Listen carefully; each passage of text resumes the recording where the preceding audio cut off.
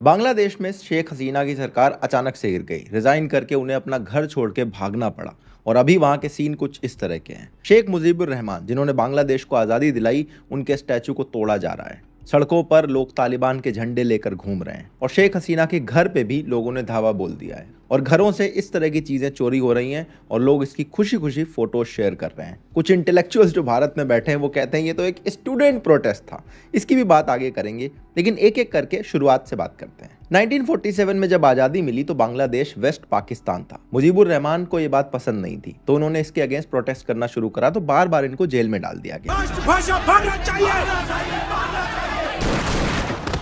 1971 में इंदिरा गांधी की मदद से मुजीबुर रहमान ने बांग्लादेश को आजाद करवाया। पहले भी खून दिया है और आगे भी देंगे, लेकिन इस देश को मुक्त करवा कर आएंगे इंशाअल्लाह। इसीलिए इनको फादर ऑफ द नेशन कहा जाने लगा। लेकिन इसके सिर्फ 4 साल बाद 1975 में मुजीबुर रहमान और उनकी फैमिली के 10 से ज्यादा मेंबर्स को उनके घर में ही घुस के उन्हीं की आर्मी ने कत्ल कर दिया था। शेख मुजीब ने पुलिस को फोन किया लेकिन किसी ने उनका फोन उठाया नहीं। इतने में एक दूसरा अफसर आया और उसने शेख मुजीब को गोलियों से भून डाला। उस सुबह परिवार के कुल 17 लोगों की हत्या हुई। इनकी सिर्फ 2 बेटियां बची थी जो उस दिन फॉर्चुनेटली वहां पर नहीं थी, जिसमें से एक थी शेख हसीना। मुजीबुर रहमान के बाद वहां पर बीएनपी की सरकार आती है। बीएनपी एक फंडामेंटलिस्ट पार्टी है जो कि काफी हद तक एंटी इंडिया स्टैंस रखती है। बीएनपी के पावर में आने के बाद शेख हसीना को भारत में एग्जाइल की पोजीशन मिलती है। काफी टाइम तक वो यहाँ पर रहती है, फिर वापस अपने देश चली जाती है। 91 के आसपास ये बांग्लादेश पहुंचती है तो इन्हें बहुत बड़ा वेलकम दिया जाता है क्योंकि ये मुजीबुर रहमान की बेटी थी। 96 में पहली बार इलेक्शन भी जीत जाती हैं, लेकिन अगले इलेक्शन में इनको हार का सामना करना पड़ता है। एक बार फिर से इनके ऊपर बहुत सारे चार्जेस लगाकर इनको अरेस्ट करने की कोशिश होती है। फिर से कंट्री छोड़कर वापस जाती हैं और कुछ सालों बाद वापस से कंट्री में आती हैं और फिर से इन्हें ग्रैंड वेलकम मिलता है। दोनों ही बार जब ये कंट्री में वापस आई तो इनको अरेस्ट कर लिया गया था। लेकिन उसके बाद आता है 2009 का इलेक्शन, जिसमें शेख हसीना फुल मेजॉरिटी से अपनी सरकार बना लेती हैं और 2009 से 2024 तक लगातार 4 बार इलेक्शन जीतते हुए शेख हसीना पावर में बनी रही। जब ये पावर में रही तो इन्होंने पूरी कोशिश करी कि बीएनपी को पावर से बाहर रखा जाए। कई लोग ये भी कहते हैं कि इलेक्शन जीतने के लिए इन्होंने बीएनपी को इस तरह से साइडलाइन कर दिया था कि 2024 के इलेक्शन पूरी तरह से एक तरफा इलेक्शन थे। लेकिन बीएनपी के अलावा यहाँ पर एक और मेंबर है जिसे कहते हैं जमाते इस्लामी। 2024 के इलेक्शन में ये पार्टिसिपेट भी नहीं कर पाए थे क्योंकि सुप्रीम कोर्ट ने इन्हें पार्टिसिपेट करने से मना किया था। जमाते इस्लामी एकदम कट्टरपंथी विचारधारा की पार्टी है। ये शरिया लॉ को इंप्लीमेंट करना चाहते हैं। ये पाकिस्तान की पूरी तरह से सपोर्टर हैं और ये साफ साफ कहते थे कि बांग्लादेश को तो एग्जिस्ट ही नहीं करना चाहिए, हमें पाकिस्तान ही बने रहने देना चाहिए था। You know from 71 the bloody history of Bangladesh, what the Jamaat did, and they did not in fact want Bangladesh to be born at all. जैसे स्टोरी में आगे बढ़ेंगे तो ये काफी इंपॉर्टेंट कैरेक्टर होने वाले हैं, इसलिए इनको जरा ध्यान में रखना। अब आते हैं करंट प्रोटेस्ट के ऊपर। इसकी स्टोरी दरअसल कुछ महीनों पहले नहीं बल्कि 2018 में शुरू होती है, जब शेख हसीना ने कहा था कि जो 1971 का लिबरेशन वॉर था उसके जितने भी वेटरन्स हैं उनको हम 50% रिजर्वेशन देंगे नौकरियों के अंदर। इस बात को लेकर बहुत प्रोटेस्ट हुआ था। शेख हसीना ऐसा इसलिए करना चाहती थी क्योंकि मुजीबुर रहमान का ये सपना था कि जिन लोगों ने देश को आज़ादी दिलाई उन्हें आरक्षण मिलना चाहिए। मुजीबुर रहमान ने अपनी सरकार में इसे इंप्लीमेंट भी किया था, लेकिन बाद में इसको हटा दिया गया था। जब शेख हसीना 2018 में इसे वापस लाई तो स्टूडेंट ने इसके अगेंस्ट प्रोटेस्ट किया था और इवेंचुअली शेख हसीना को अपना डिसीजन वापस लेना पड़ा था। फिर इन्होंने एक ऑर्डर पास करके ये कहा कि सारे के सारे रिजर्वेशन को हटा दिया जाएगा और कुछ 4-5% रिजर्वेशन ओवरऑल रखा गया था। फिर बात आती है इस साल के जून में, जब लोकल कोर्ट ने इस बात का डिसीजन दिया कि ये जो पूरा फैसला शेख हसीना ने लिया था इसको हटाया जाएगा और फिर से 1971 के जो इंडिपेंडेंस वाले वेटरन्स थे उनकी फैमिलीज को 50% रिजर्वेशन जॉब में दिया जाएगा। इसके अगेंस्ट एक बार फिर से स्टूडेंट प्रोटेस्ट करते हैं और ये प्रोटेस्ट इतना ज्यादा बढ़ जाता है कि ये बात सुप्रीम कोर्ट में चली जाती है। सुप्रीम कोर्ट ने 21 जुलाई 2024 को इस बात की रूलिंग दे दी कि वापस से इस पूरे डिसीजन को हटा दिया जाए और सिर्फ 5% रिजर्वेशन ओवरऑल रखा जाए। तो जो स्टूडेंट की डिमांड थी वो कंप्लीटली पूरी हो जाती है और उसके बाद स्टूडेंट अपना प्रोटेस्ट रोक देते हैं। लेकिन इसके सिर्फ कुछ ही दिनों बाद स्टूडेंट वापस से सड़कों पर उतरते हैं और इस बार डिमांड थोड़ी बदली हुई थी। वो ये कह रहे थे कि जो अभी तक 1 महीने तक का प्रोटेस्ट चला था उसमें जितने स्टूडेंट की डेथ हुई है या फिर जो लोग अरेस्ट किए गए उनको छोड़ा जाए और ये 9 पॉइंट का एजेंडा लेकर आते हैं और ये एजेंडा 4 अगस्त आते आते सिर्फ 1 पॉइंट में तब्दील हो जाता है और वो पॉइंट था कि शेख हसीना को अपनी गद्दी छोड़नी पड़ेगी और इसी वजह से 4 अगस्त का दिन बहुत इंपॉर्टेंट बन जाता है। इस दिन का इन्होंने प्रॉमिस किया था कि हम सिर्फ प्रोटेस्ट करेंगे, लेकिन ये प्रोटेस्ट बहुत जल्दी वायलेंट हो जाता है और पूरे 4 4 अगस्त के दिन पूरे बांग्लादेश में भयंकर वायलेंस होती है और इस वायलेंस का नतीजा होता है कि फिर से कई सारे लोगों की जान जाती है और 5 अगस्त का दिन आ जाता है। 5 अगस्त के दिन ढाका में शेख हसीना के घर की तरफ एक बहुत बड़ी मॉब मूव करने लगती है। आर्मी कहती है कि हम इस मॉब को नहीं रोक सकते हैं और इसी आर्मी में जो जनरल बैठे हुए थे, कहते हैं वो शेख हसीना को काफी फेवर करते हैं, उन्होंने शेख हसीना को टाइम दिया कि अब आपको यहां से निकल जाना चाहिए। शेख हसीना एक हेलीकॉप्टर में बैठी और उसके बाद फिर एक जहाज में बैठकर भारत में लैंड कर गई, हिंडन एयरपोर्ट गाजियाबाद के अंदर, और कहते हैं कि शायद वो यहां से आगे लंदन जाएंगी या फिर और किसी देश में, और फिलहाल के लिए वो भी भारत में ही कुछ दिनों तक स्टे करने वाली हैं। अब कई लोग कहते हैं कि सिर्फ स्टूडेंट का प्रोटेस्ट था, लेकिन अगर ये सिर्फ स्टूडेंट का प्रोटेस्ट होता तो 21 जुलाई के बाद जब सुप्रीम कोर्ट ने रूलिंग देकर रिजर्वेशन को हटा दिया तो ये प्रोटेस्ट वहीं पर खत्म हो जाता। इस तरह के रिजर्वेशन के कितने प्रोटेस्ट आप भारत के अंदर भी देखते हो, लेकिन ये प्रोटेस्ट खत्म नहीं हुआ क्योंकि यहां पर 2 और लेवल इन्वॉल्व थे, जिसमें पहला लेवल था जमाते इस्लामी के लोग। जमाते इस्लामी के वो लोग हैं जो फंडामेंटलिस्ट हैं, जो शुरू से नहीं चाहते थे कि बांग्लादेश एग्जिस्ट भी करे। वो मुजीबुर रहमान को भी पूरी तरह से हेट करते हैं और इन्हें 2024 के इलेक्शन में सुप्रीम कोर्ट की रूलिंग की वजह से पार्टिसिपेट भी नहीं करने दिया गया था। उन्हें लगता था कि ये बहुत अच्छा मौका है, स्टूडेंट प्रोटेस्ट की आड़ में वो पूरी तरह से इस सरकार को घेर सकते हैं, गिरा सकते हैं और शायद जैसा मुजीबुर रहमान के साथ उनकी आर्मी ने 1975 में किया वैसा करने की भी कोशिश कर सकते हैं। यानी शेख हसीना के ऊपर एक असैसिनेशन का अटेम्प्ट भी प्लान किया जा सकता है। इसमें दूसरा पार्ट इन्वॉल्व था CIA का। इसी साल 7 जनवरी को बांग्लादेश के अंदर इलेक्शन हुए थे और इस इलेक्शन के टाइम पर अमेरिका ने अपने लोग भेजे थे BNP से मिलने के लिए, जो कि चीफ ऑपोजिशन पार्टी है। वैसे तो ये भी बड़ा अजीब सा लगता है कि किसी दूसरे देश के इलेक्शन में आप ऑपोजिशन की पार्टी से अपने बंदे मिलने क्यों भेज रहे हो, लेकिन इन लोगों ने सिर्फ BNP से मीटिंग नहीं करी थी, इन्होंने जमात के लोगों से भी मीटिंग करी थी। American diplomats have been talking not just to the opposition but to Jamaat. To talk to BNP is one thing, to talk to the Jamaat is quite another. There are sanctions against army generals, constant pressure on the Hasina administration. So, I mean, the US hand has been there.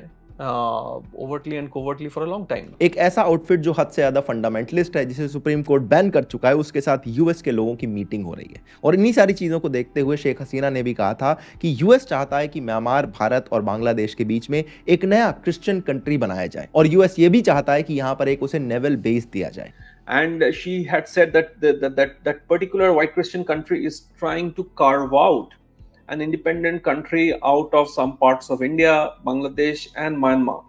और ये दोनों ही claim उस time पर बहुत shocking लग रहे थे, लेकिन जैसा उसके बाद पिछले कुछ महीनों में हुआ है, उसके बाद लगता है कि कहीं ना कहीं इन क्लेम्स में काफी हद तक सच्चाई भी थी। इसके अलावा अगर आप बांग्लादेश को ध्यान से देखें तो भारत के साथ इनके बहुत अच्छे रिलेशन रहे, लेकिन उसके साथ इन्होंने चाइना के साथ भी एक बैलेंस बनाने की कोशिश करी है। कहते हैं शेख हसीना की कैबिनेट में बहुत सारे मिनिस्टर्स थे जो प्रो इंडिया थे और काफी सारे मिनिस्टर ऐसे भी थे जो प्रो चाइना थे, और ये बात देखकर शायद यूएस को ऐसा लग रहा था कि वो बांग्लादेश पर उस तरह से कंट्रोल नहीं कर पा रहा है जितना कंट्रोल उसे करना चाहिए। यूएस चाहता है कि वो चाइना को तो कॉर्नर करे ही, भारत को भी इतना ज्यादा इंडिपेंडेंट फील ना करने दे, और कहीं ना कहीं इसी वजह से बांग्लादेश के अंदर इतना ज्यादा उसने इंटरफेयर किया था। वैसे शेख हसीना की जो बात थी कि म्यांमार, भारत और बांग्लादेश के बीच में यूएस एक नई कंट्री बनाना चाहता है जो कि क्रिश्चियन कंट्री होगी, अगर आप ध्यान से देखो म्यांमार में भी सरकार गिर चुकी है, बांग्लादेश में भी गिर चुकी है, और इन सब के आसपास जो एक स्टेट पड़ता है मणिपुर, वहां पर भी एक हाई कोर्ट में रिजर्वेशन की रूलिंग के बाद ही बहुत बड़े प्रोटेस्ट देखने को मिले थे। अब लोग ये भी कहने लगे कि उन प्रोटेस्ट में भी CIA का हाथ था, क्योंकि वही टेक्स्ट बुक प्ले हो रही है जो बांग्लादेश में कोर्ट की तरफ से एक रिजर्वेशन की रूलिंग निकल के आने के बाद प्ले हुई है। तो दोनों ही जगह कोर्ट ने एक डिसीजन दिया जो कि रिजर्वेशन से जुड़ा हुआ था। उसके बाद एक भयंकर प्रोटेस्ट हुआ जिसमें खूब सारी वायलेंस हुई।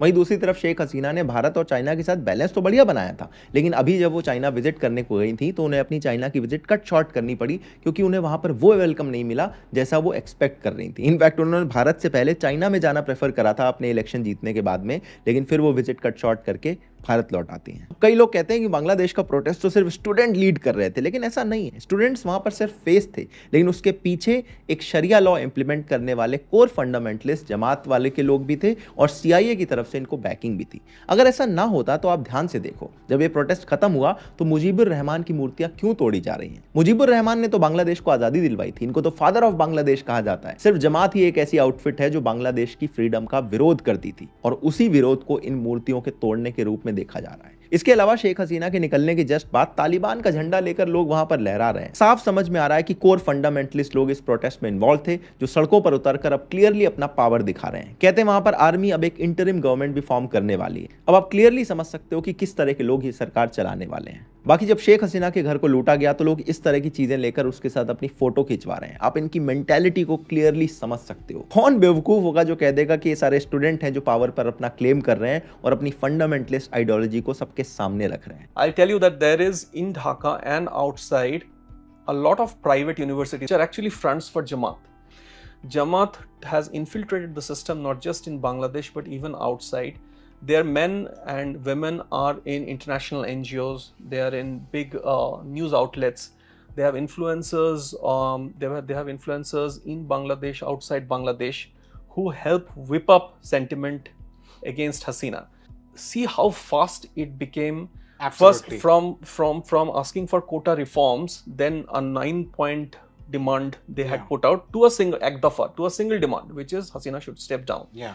So to say that it was a spontaneous student protest which suddenly led to people storming into Ganabhavan and Hasina having to flee overnight, I don't think it's that simple. और ऐसी चीज़ों को expose करने के लिए सबसे बढ़िया तरीका है अल जजीरा के जर्नलिस्ट को फॉलो करना, क्योंकि ये जर्नलिस्ट को देखो, ये साफ साफ वो सारी बातें कह दे रहा है जो जनरली लोग छिपा के रखते हैं और चुपके से जिनकी बातें करते हैं। इसे साफ समझ में आ रहा है कि स्टूडेंट्स का सिर्फ नाम यूज किया गया था, उसके पीछे जो लोग थे और जो उनका मकसद था वो एक ही दिन के अंदर सबके सामने आ गया है। इनके सारे कपड़े उतर चुके हैं और पूरी दुनिया इनका नंगा नाच देख रही है। लेकिन भारत में बैठे कुछ इंटेलेक्चुअल यूट्यूबर्स अभी भी ये आपको बताएंगे कि अरे ये तो स्टूडेंट का प्रोटेस्ट था, हम तो इनके साथ खड़े हैं। भैया पीछे से टूल किट आ गई होगी, उन्होंने स्क्रिप्ट बना के दे दी होगी, तो उस पर वीडियो बनाए जा रहे हैं 30-30 मिनट के, ताकि लोगों का ब्रेन वॉश कर सके। ये लोग किस लेवल पे आपका ब्रेन वॉश करते हैं एक बार रुक के ये भी समझ लो। बांग्लादेश में प्रोटेस्ट था किस बात को लेकर कि रिजर्वेशन के कोटे को कम किया जाए। जो लोग आज बांग्लादेश के इस प्रोटेस्ट को सपोर्ट कर रहे हैं, भारत में तो वो कहते हैं कि रिजर्वेशन का कोटा बढ़ाना चाहिए, और ये दोनों ही बातों में आपको कन्विंस कर देते हैं। किस तरह का लॉजिक यूज कर रहे हो आप लोग कि आप इनकी बातों में आ जाते हो। अभी कुछ सालों पहले तक देखो, बांग्लादेश को कहा जाता था कि इनकी जीडीपी ग्रोथ हो रही है, इनकी लीडर तो बहुत अच्छी है, पीएम मोदी को इनसे सीखना चाहिए। आज उसी लीडर को इन्होंने डिक्टेटर बोलना शुरू कर दिया है, और आप वो भी मान गए हो, क्योंकि तब शायद वेस्टर्न पावर्स को इतना बुरा नहीं लग रहा था बांग्लादेश की ग्रोथ देखते हुए, बल्कि उस ग्रोथ को वो हाईलाइट कर करके भारत को इंफीरियर फील कराना चाहते थे। तो तब ये सारा नैरेटिव चल रहा था और यही यूट्यूबर उस पर 30-30 मिनट की वीडियो बना रहे थे। आज जब वेस्टर्न कंट्रीज का नैरेटिव चेंज हो गया है, तो इन यूट्यूबर्स का भी नैरेटिव चेंज हो गया और आप उसमें भी फुली अग्री कर जा रहे हो। अरे कभी तो दिमाग लगा के सोचा करो कि लार्जर नैरेटिव क्या चल रहा है और उसके पीछे क्या क्या चीजें हो रही हैं। और सबसे लास्ट में अगर देखो तो हम आप तो भारत में बैठे हैं, तो हमें किसी भी ग्लोबल इवेंट को भारत के पर्सपेक्टिव से देखना चाहिए कि हमारे ऊपर इसका क्या इंपैक्ट पड़ेगा। बांग्लादेश में जो आज हो रहा है, जो वहां पर फंडामेंटलिस्ट सब पावर में आते हुए दिख रहे हैं, उसका भारत पर बहुत नेगेटिव इंपैक्ट पड़ेगा। भाई जमात तो क्लियरली पाकिस्तान को सपोर्ट करता है, वो तो बांग्लादेश की फ्रीडम को भी सपोर्ट नहीं करता था। वही फ्रीडम जो भारत के सपोर्ट से मुजीबुर रहमान ने बांग्लादेश को दिलवाई थी। जब वो मुजीबुर रहमान की मूर्तियों को गिरा दे रहे हैं, तो ये भारत से कितनी ज्यादा नफरत करेंगे। अगर ये लोग वहां पर पावर को कंट्रोल करते हैं, तो भारत और बांग्लादेश के जो रिश्ते इतने अच्छे हुए थे, खासकर शेख हसीना के वहां पर पावर में रहते हुए, वो रिश्ते तो पूरी तरह से बर्बाद हो गए। और अब चाइना और यूएसए मिलकर बांग्लादेश को अपना प्लेइंग ग्राउंड बना देंगे।